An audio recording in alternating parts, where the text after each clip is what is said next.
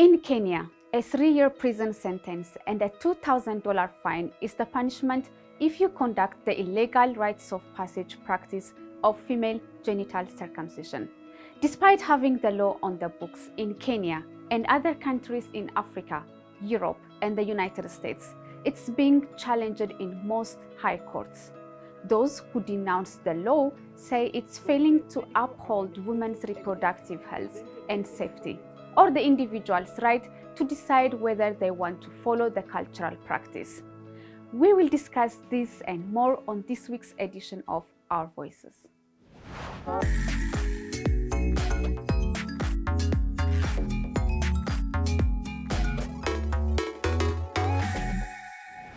Hello, I am Simenish Yagoya and this is Our Voices. On today's program, we'll take a look at recent challenges to female genital mutilation, or FGM laws, and examine why this practice still persists in some communities that see it as necessary for social acceptance, and that increases their daughters' marriage proposals.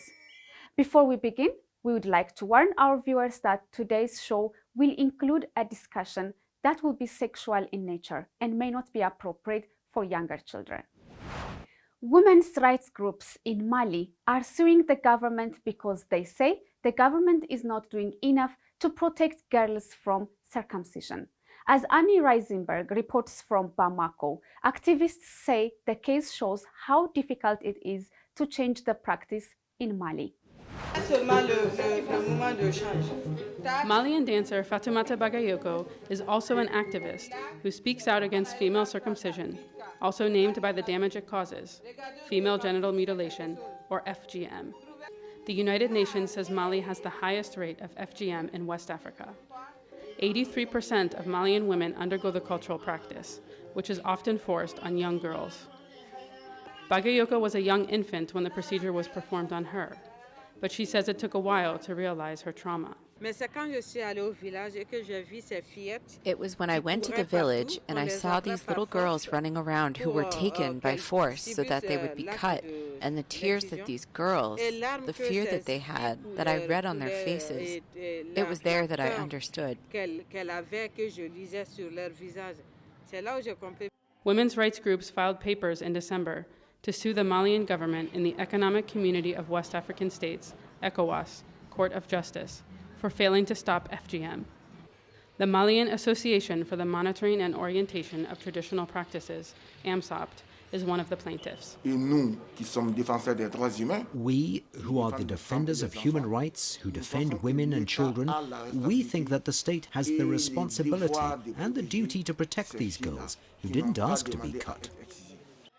Mali's activists went to ECOWAS after decades of struggling against conservative religious leaders who blocked attempts to outlaw FGM. But the UN Children's Fund, UNICEF, says about a fifth of villages have agreed to stop FGM, and the lawsuit could open needed talks on banning it. So we need to move the next stage to encourage leaders and communities to stand for that and obviously get the 80% missing. So that conversation and that exposure may help to do so. Meanwhile, Bagayoko teaches dance as a way to connect with girls and raise awareness of FGM. She also visits villages and says she speaks to elders about the practice from a place of cultural understanding. Every year, every era has its reality. When they did this, they had their reality at the time, but they didn't think of the consequences that this can pose. The ECOWAS court has not yet set a date for hearing the case against Mali's government. A government spokesperson and the Ministry of Women and Children did not respond to requests for comment. Annie Reisenberg for VOA News, Bamako, Mali. Kenya's Female Genital Mutilation Act that passed in 2011, which outlaws the traditional practice of female circumcision, has stirred controversy. The woman who challenged the law, Dr. Tatu Kamau, argued that women should be able to undergo the procedure in a hospital without fearing arrest. Although the law was not overturned by Kenya's High Court in May, many women's rights groups say decriminalizing FGM would send a wrong signal on the practice and set back women's rights in Kenya. Although her argument failed in court, Dr. Tatu Kamau, the Kenyan doctor, still argues the anti-FGM law is unconstitutional and violates the rights of adult women to do what they want with their bodies and practice their cultural beliefs. I asked her what she thinks about the High Court's ruling and why she thinks legal medical procedure inside a hospital can make it a safer practice. When I saw adult women starting to be convicted of the crime and being imprisoned because of the choice they have made to be circumcised. And in my mind, an adult woman is somebody who can make decisions for herself. We should respect her decision, and she should not be jailed for that.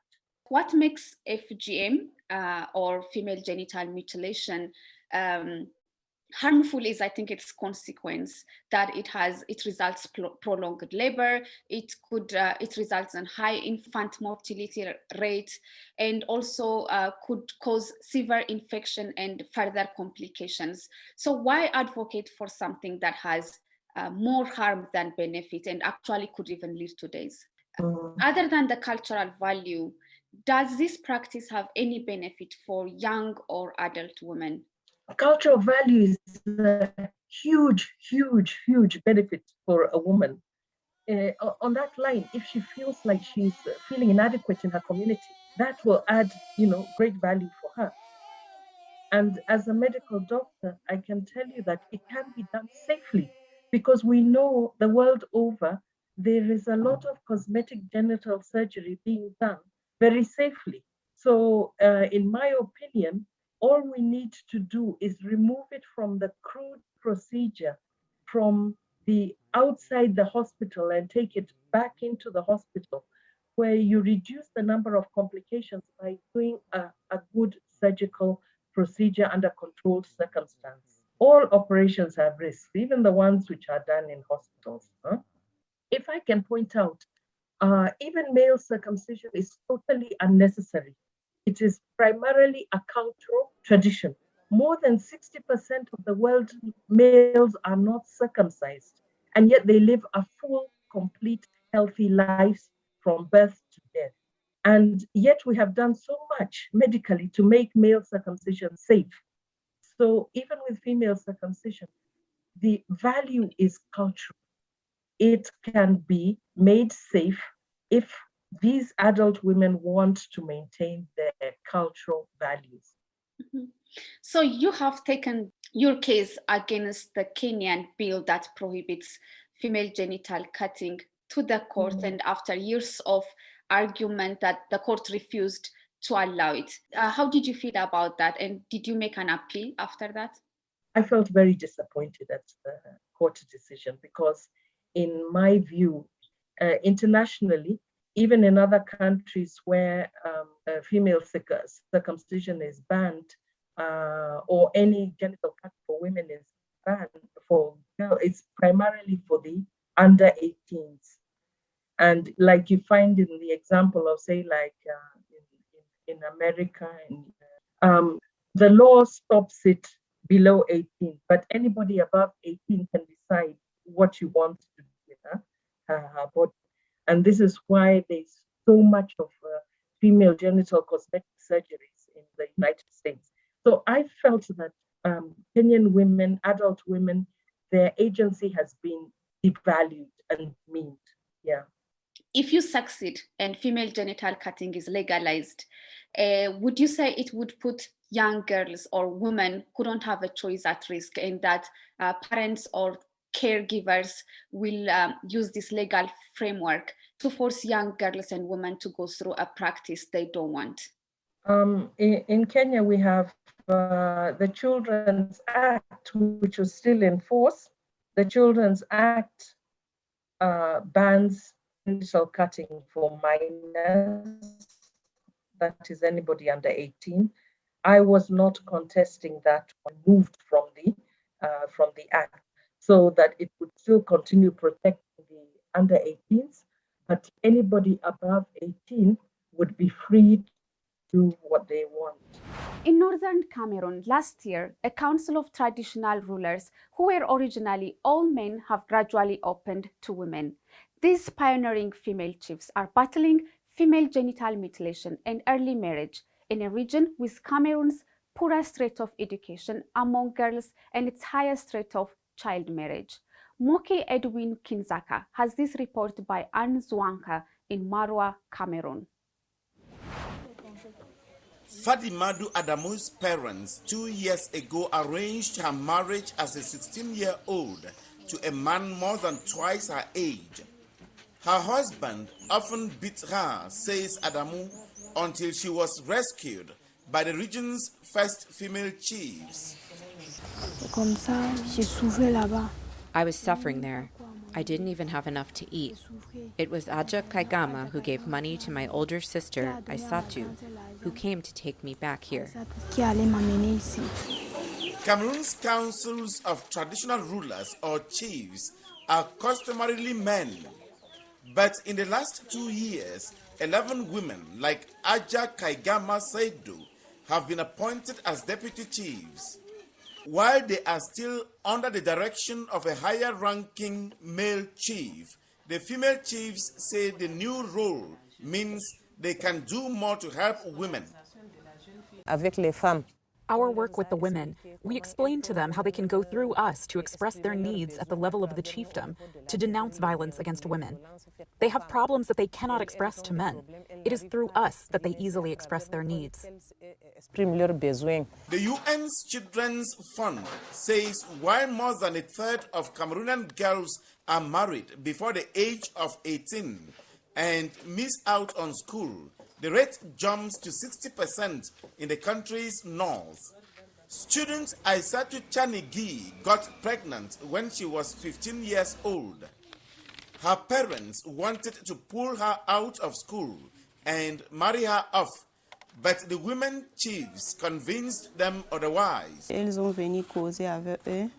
They came to talk with them to convince them that even if I have a child, my parents do not abandon me. I have the right, I have every chance in the world to succeed.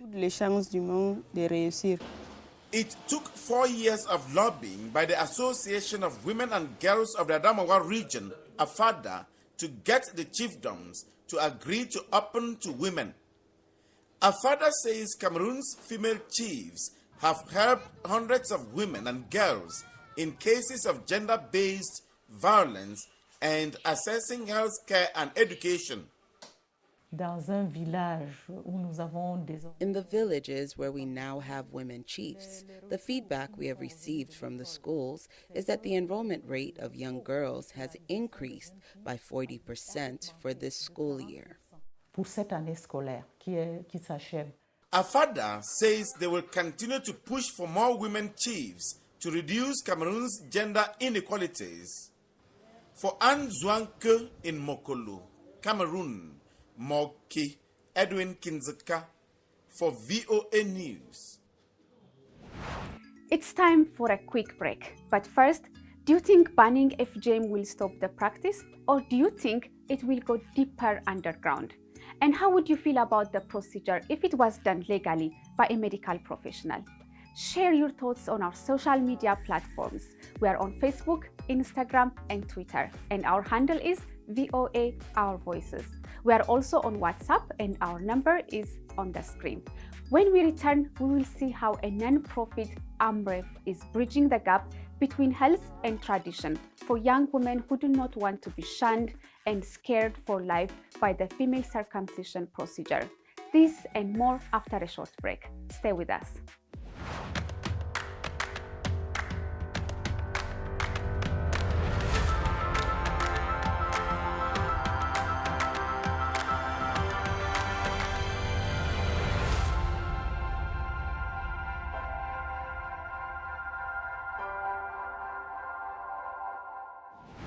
Welcome back, and this is Our Voices. In Tanzania, female circumcision is still practiced among some ethnic groups as a rite of passage into womanhood. Many girls are forced or coerced into FGM by their family to avoid being shunned. To bridge the gap between health and tradition, healthcare non-profit AMREF is promoting an alternative rite of passage for girls. Charles Kombe explains from Tanga, Tanzania. Margaret Sendeu is one of the countless young girls in Tanzania who are forced into female genital mutilation every day. She's now 14 years old, but one of the bad memories that lasts forever in her mind was when, at the age of 11, she nearly bled to death when she was subjected to FGM. Tulikuwa watoto 9, tukapelekwa kwenye nyumba ile ya sherehe. We were 9 girls at the time we were taken into the ceremony house. Then one woman came and started cutting us. We bled a lot. Some were taken to hospitals. Others have died. I was not willing, and I can't wish to see other girls undergoing circumcision.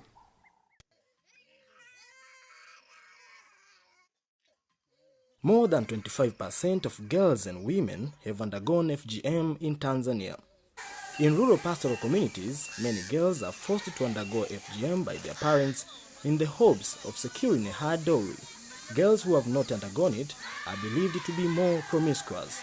Others are forced by their family in the name of tradition, an act without which they will be shunned in their villages.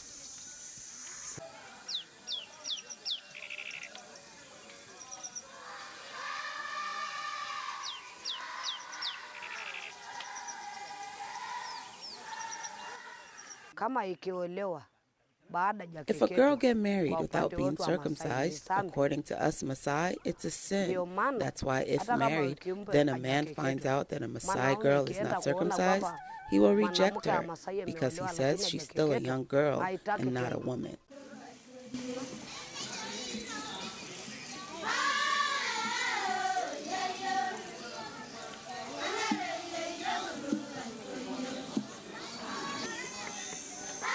To end the brutal tradition, healthcare non-profit AMREF introduced an alternative rite of passage with non-harmful traditional rituals to mark and celebrate a girl's initiation into womanhood. More than 15,000 girls have gone from girlhood to womanhood while avoiding FGM.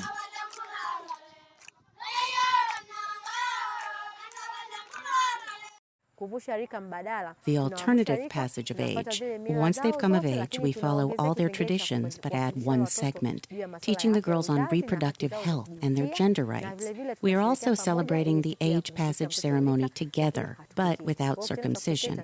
So, we've removed the circumcision segment and we plan to remove it permanently. This was also a way to make a living for circumcisers through getting money and gifts. But through the program, circumcisers have stopped their business. AMREF is now providing them with assistance in the form of loans. When I circumcise a girl, I get one goat, which is like 50,000 shillings. But now I have stopped to circumcise girls. Until this time, I don't circumcise anymore. Although the practice is illegal in Tanzania, it continued illegally in some communities, which carried it out in secret initiation or rite of passage ceremonies.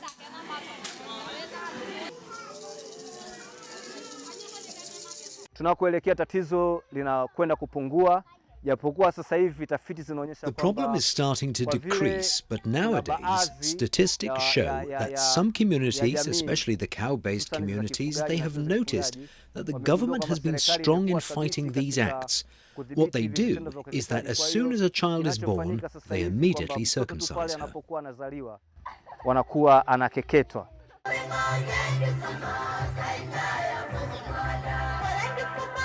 Meanwhile, Margaret is celebrating the same ceremonies that led her into FGM 3 years ago. But now she's smiling as more than 450 girls of her age mark the passage of age without undergoing the hostile traditional act. Charles Kombe, for VOA News, Tanga, Tanzania.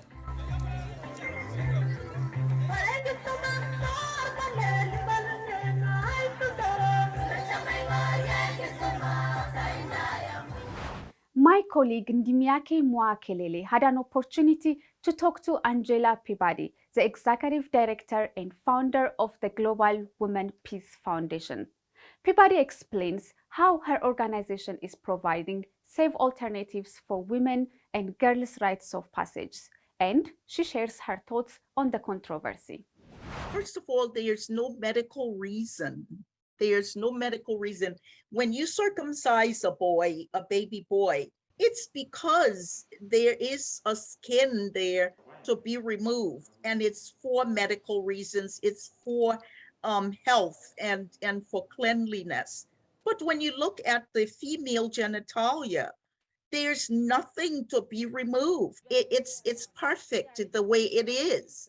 Of course, FGM predates religion. The three major religions, Islam, Christianity, and Judaism.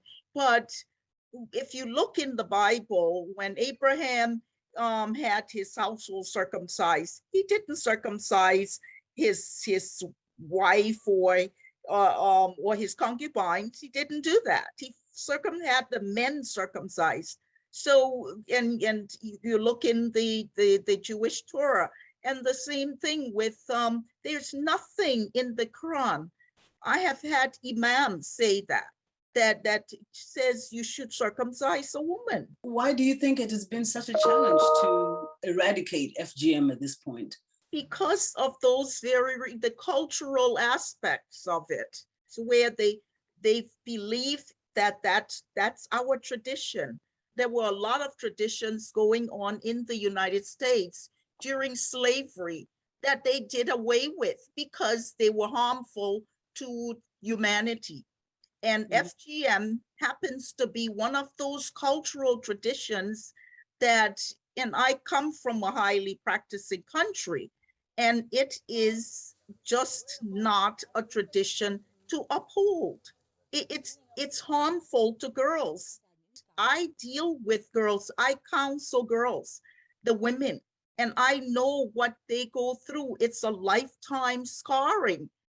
So how do you break through now? How do you talk to especially mothers who believe that this is the best choice for their children? These same mothers also had FGM done on them.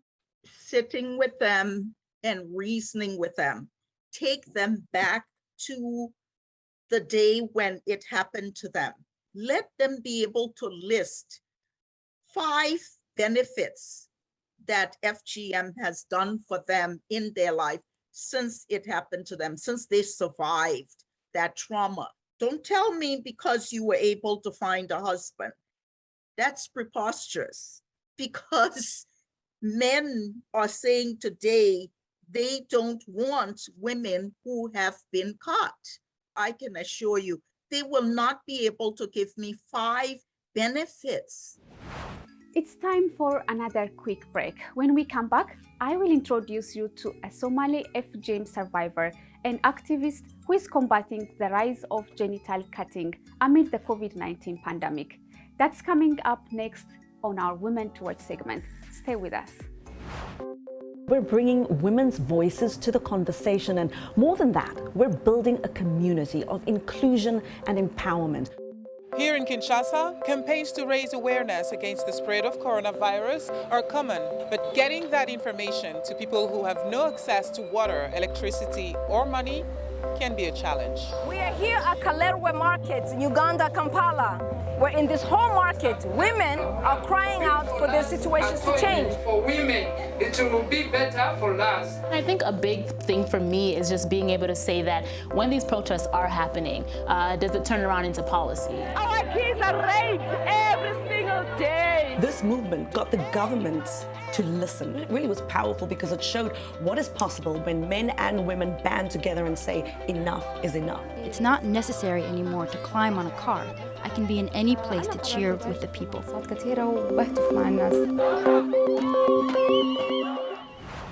Welcome back. You are watching Our Voices. On this week's Women to Watch segment, we introduce you to a 23-year-old Yasmin Mohammed. She's an FGM survivor who is working to combat the practice in Kenya's Somali community, where there has been a rise in the practice during the pandemic. 23-year-old Yasmin Mohammed volunteers with Silver Lining Kenya, an organization that champions the rights of young girls and women in Kenya's Garissa County. She is focused on eradicating the illegal and harmful practice of female genital mutilation, or FGM. As someone who has gone through the act, I know how harmful this is. She and other activists have joined the government's drive to end cases of female genital mutilation. The number of FGM cases jumped after the coronavirus pandemic forced schools to close, particularly in Somali communities in Garissa. During COVID, it was a moment of staying together. So that is when parents will realize, oh, these children are growing. So for the ones who are young, there is need for them to go through the cut. For the ones who are going through puberty, is when you see, oh, this one is supposed to be married. The practice of FGM remains illegal in Kenya, with the government pledging to eradicate it by the end of 2022, 8 years ahead of the global deadline of 2030. Maka Kasim, a community leader involved in rescuing girls from the practice, says it still thrives in places like Garissa because of strong cultural and religious beliefs. The Somali culturals, they believe if a girl doesn't go through the cut, she is like someone who is not clean. She is a clean person. They also believe that if the girl doesn't go through the cut, she is not also clean to do the prayers. The Kenyan government's anti-FGM board is leading the campaign against the harmful practice.